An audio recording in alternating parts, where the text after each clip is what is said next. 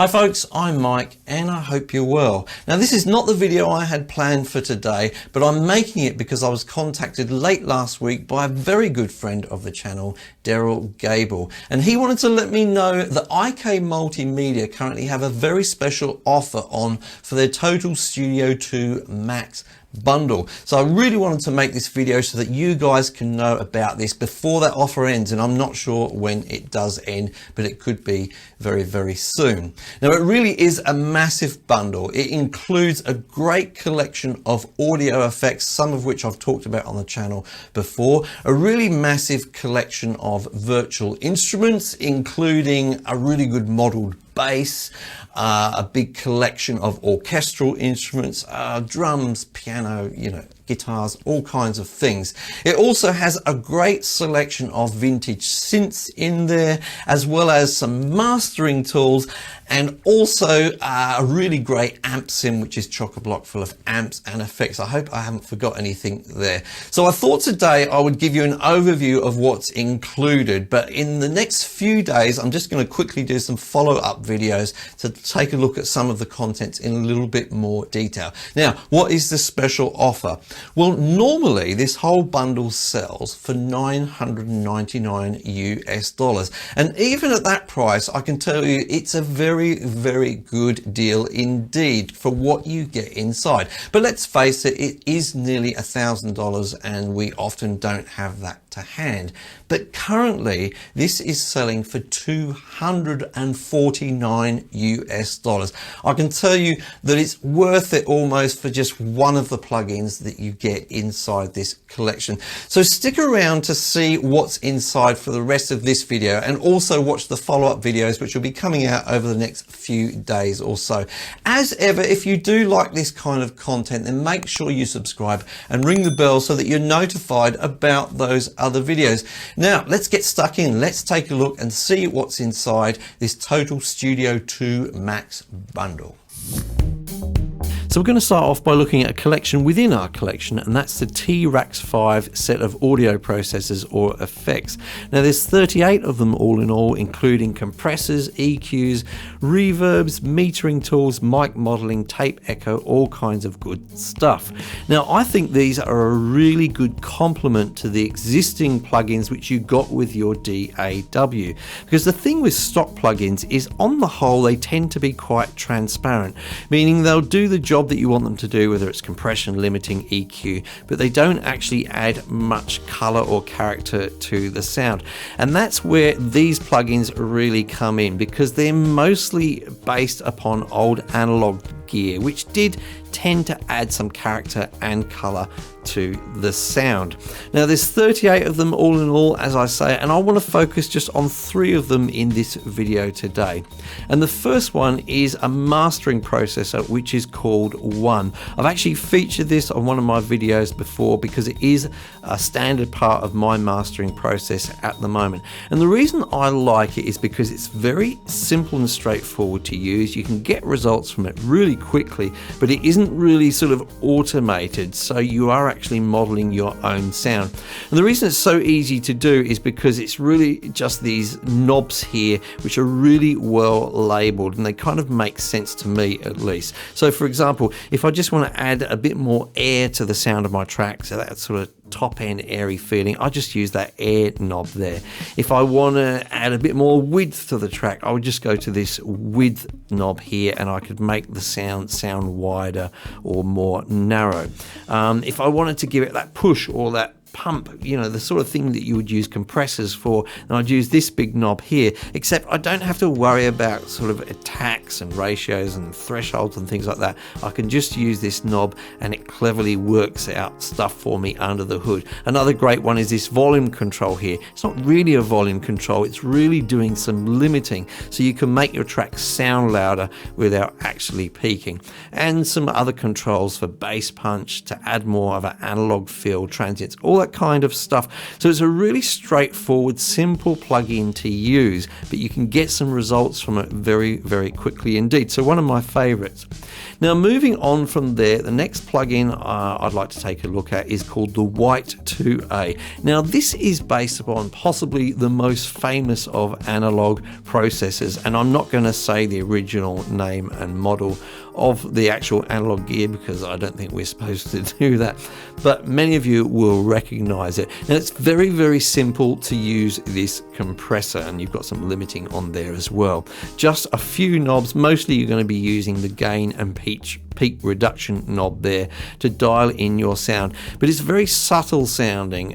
It doesn't sort of jump out at you. It can be used on all kinds of things. I use it a lot on vocals, like on acoustic guitar. I've even used it on mastering as well. So it's one of those compressors that you can really use in so many different places, but it's not that complex to use. All you have to really do is use your ears and play around with those controls. Lastly, in this T-Rax 5 collection, within our collection, I'd like to look at the metering tools. This is a really handy set of metering tools to have at your disposal. If you've watched my channel and seen the gain staging videos, you'll know that either really good meters which show your RMS and peak levels or VU meters can come in really handy indeed. You'll also get a handy LUFS meter in here, which is an absolute must if you're mastering for streaming services such as Spotify. You also get a really nice spectrogram, and down in the bottom left corner you get some imaging and also some phase metering as well. And right at the top you get your VU meters and PPM meters. This is absolutely crucial because it's not always good enough just to use your ears during audio processing. Sometimes you have to meet specific targets, and that's where metering comes in really handy. So let's move on to virtual instruments, of which there are many, and most of them come in the form of SampleTank libraries. You get SampleTank 3 and 4 included with this collection, but it's really in the libraries where the value is. You get 24 complete libraries, including 4,600 instruments, 7,400 drums and loops, and 3,500 MIDI patterns, or at least that's what IK Media say. I haven't actually counted them all. Now, what I like to do is, rather than select the individual libraries which you can see down here, is go through the categories. So at the moment I have the piano category selected, and then you can see all of the different pianos I have here. Let's try this one I have loaded up. This is the Imperial Grand. Let's have a listen.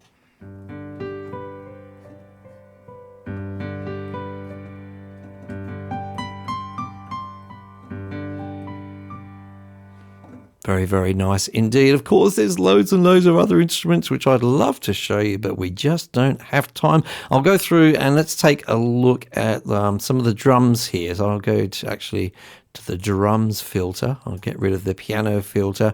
And I like the, let me see, I think the Billy Cobham kit is one that I like. So I'll just load that up, and I'm just going to play fingers here.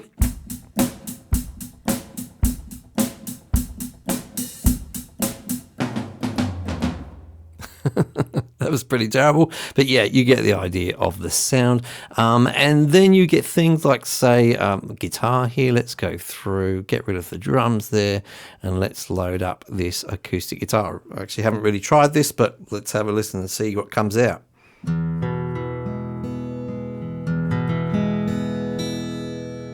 Not bad at all if you need some acoustic guitar in the background. So absolutely loads and loads of different sort of acoustic instruments. And then there's a whole bunch of kind of more electronic techno stuff, dance stuff, that kind of thing. Let's have a look. I'll just click on techno here, see what it comes up with. I'll go to loops.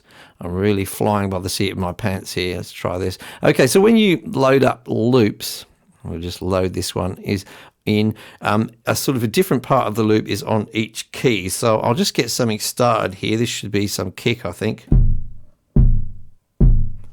I'll add another one. You can see the keys I'm pressing down there to get that little loop going, and you continue like that. Loads and loads of loops there if you are making sort of EDM, dance music, techno, even R&B, that kind of thing. So lots and lots to cover there. I may cover this in another video. If you want me to, let me know in the comments down below. So apart from the mastering processes which you get in the T-Rax collection, you also get this dedicated Lurssen mastering console. And this is a really simple, straightforward approach to mastering. I've got my song loaded up here, and you can see it if I click on the waveform up here, and I've got a loop, and that's what I would normally do. I'd set up perhaps the louder part of the song or chorus, and I'd loop around that to do the mastering. You also have a components rack here, or a sort of effects rack.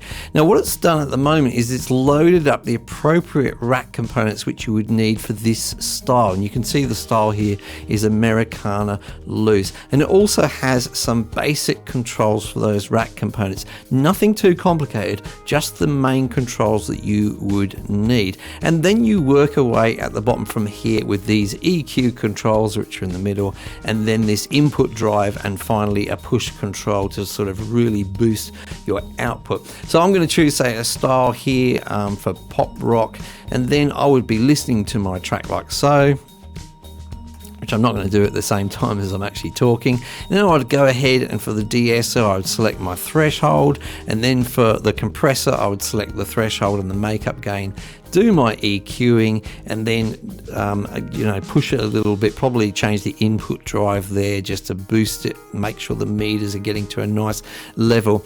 And then I can also do automation for those controls as well. So that's a very brief overview of the Lurssen mastering console. I think it's really handy, especially if you're working in specific genres of music, or if you're kind of new to mastering and you don't want lots and lots of controls at your fingertips, just the ones that you really need. So now we move on to one of my favorite parts of the whole bundle, and that's the MODO bass. This is a model bass guitar as opposed to a sample library. With sample libraries, you've basically got lots and lots of recordings of an actual instrument all put together to create that instrument. Now, sample libraries get really big really quickly, and because of that, you tend to get a limited range of sound for that library. With a modeled library, the sound is actually being created by computer code, the kind of CGI of the audio world, if you like, and that gives you a lot more variation in sound. So to begin with this particular bass guitar, we have a whole bunch of different models of bass guitar included, as you can see. We'll go to the basic model here. Excuse the word basic being said so many times. This 60s P bass. We'll have a quick listen to that. Well, you can hear already it does sound quite realistic in any case. Now, what if we wanted to change our finger position, for example? So I'm going to move my fingers closer to the neck up here. Let's have a listen. We get that kind of sound. And then if we move them all the way down to the bridge, we get a slightly different sound, a kind of more trebly kind of sound. Let's move them back to the middle position.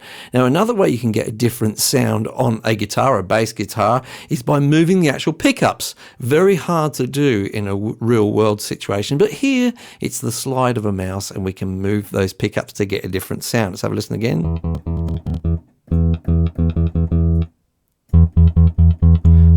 A nice tone down there. I like that, a nice fat tone. Okay, now the other thing you can do is actually change your playing style. We'll move here. At the moment we've been using fingers, but let's change to a pick or a plectrum, depending what part of the world you're from. A lot harsher sound, and maybe even for a very harsh sound, slap.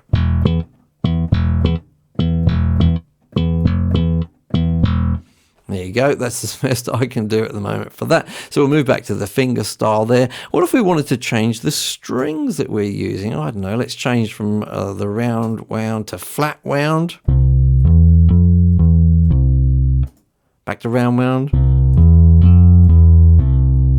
All kinds of different things like that. You can change things to do with the electronics, different pickups you can use here.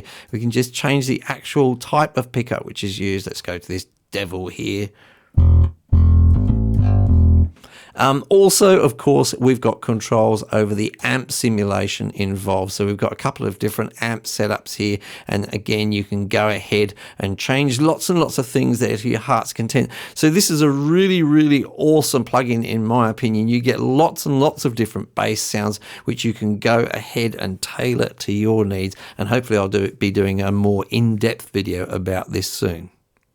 Now, for those of you who are not virtual guitarists but real guitarists, we have a treat for you here in terms of having AmpliTube 4 Max. Now, AmpliTube 4 does come in a free version, which you may already have, and you just get a small selection of amps and pedals and things with that. But this is chock-a-block full with lots of different collections, including the Fender collection 2, the AmpliTube SVX2 collection, and the Full Tone collection. Collections upon collections in this. Now, let's start off by looking at the amps. I have one of my favorite amps loaded up here, the Fender Twin Reverb. I'll just give you a quick view of some of the others you have in there. If we go to the Fender selection, you can see quite a collection there. Also some more in there. You also have some things like Mesa Boogie amps, some Marshall stuff, some Orange amps, a whole bunch of different sounds in there. I'm going to stick to my Fender Twin Reverb. I rather do like this amp. Let's have a listen.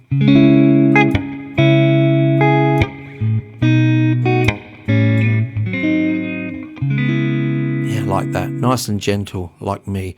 So moving on, let's take a look at the cabinet selection. You go over to cabinets over here, and you can go and swap out different cabinets to make different sounds, like so. Of course, you can do things like change the microphone positions here as well, their orientation to the speaker. You've got some other mics up here, sort of room mics. So lots and lots of things to play around with there in terms of your different cabinets and mic positions. And then also you have some actual pedals. I've got some loaded up here. Let's have a listen to this tremolo.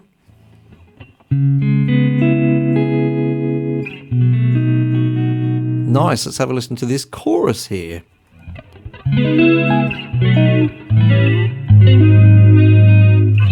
All kinds of things, as you can imagine. You can drop loads in different positions, and you can see there is an enormous selection of different pedals there, as well as actual rack effects, which we'll move on to here. So let's just throw in some tape echo there, see how that sounds.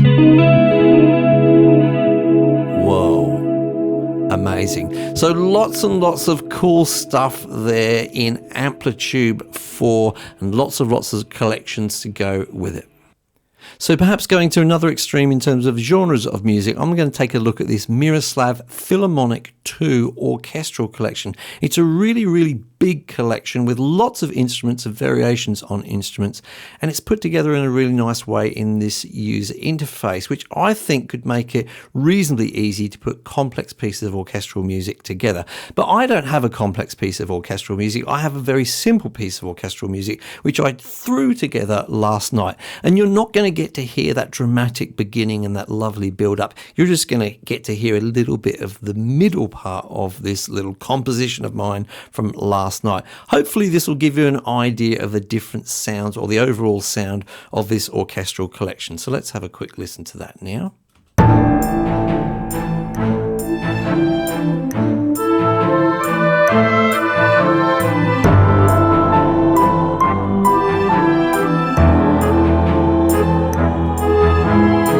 Now, before we take a look at the individual instruments, let's just take a look at some of the overall controls. We have the mix view here, where we can actually go ahead and mix the different volumes and pans, etc., of those instruments.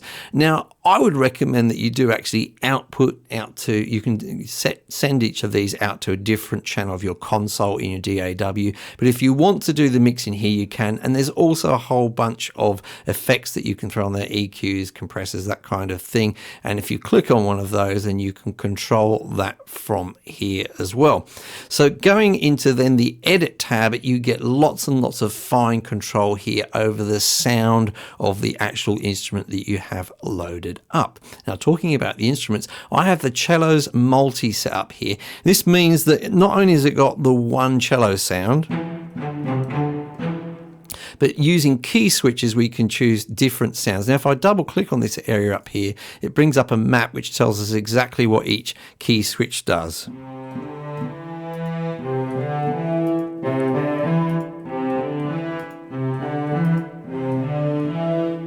But of course, you won't be changing it with your mouse on the screen like that normally. Normally you'll make those changes with the actual keyboard, which in this case you'd be using your right hand to do. So you can very, very quickly change the kind of articulations that you're using within the composition. Now, if you don't actually want to load up that sort of whole instrument, you want to be mindful of the memory that you're using, that kind of thing, you can actually load up all of those articulations individually with lots of variations on those as well. So if you've got a particular sound or two that you're using, you may want to delve in that way. You do get lots of interesting information about these instruments, so you can just click on info here and you'll get the kind of information that you'll need for that particular instrument. I'll just change to a different one there. You can see the different memory size that it takes, all that kind of good stuff. So in terms of range, you've got your strings, you've got brass, you've got woodwinds, you've got chromatic instruments, piano, and also some older legacy sounds from the first version of this program. And as I say, within that, for example, if we go to strings, we go to violins, we've got ensembles there, but we've also got solo instruments as well. So lots of variation, almost everything you will need for an orchestral piece in there. That's about as much detail as I can give you on this massive program or plugin at the moment. If you want to hear more about it, let me know in the comments down below. So last but not least, we do have the part which I'm least qualified to talk about, because this is all about synthesizers, and being a guitarist, I'm not really much of a synth man. I use them sometimes, but I'm really not a synth man. Nonetheless, this is a really awesome collection in terms of this plugin, which is called Syntronik. It has 17 different instruments in it with 2,000 different presets based upon 38 iconic vintage synths. That's what the blurb says anyway. So I don't think these are very specific synths, but kind of perhaps ranges of synths here. This one, for example, that I've got loaded up, let's have a listen. That's the exit door pad. I like synth pads. Let's try this low wind one, shall we? Very random.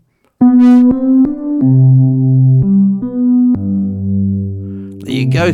So we've got that one there. Now what happens is you have all these different synths down the side, and you can either have them, if that one's switched off so they're all switched on, then you can go ahead and use these filters for different sounds. So if I wanted to check out some of the different organ sounds, I would click on organ there, and that will give me the list of organs which are amongst all of the different synths there. So let's load this one up. Party organ. What on earth will this sound like?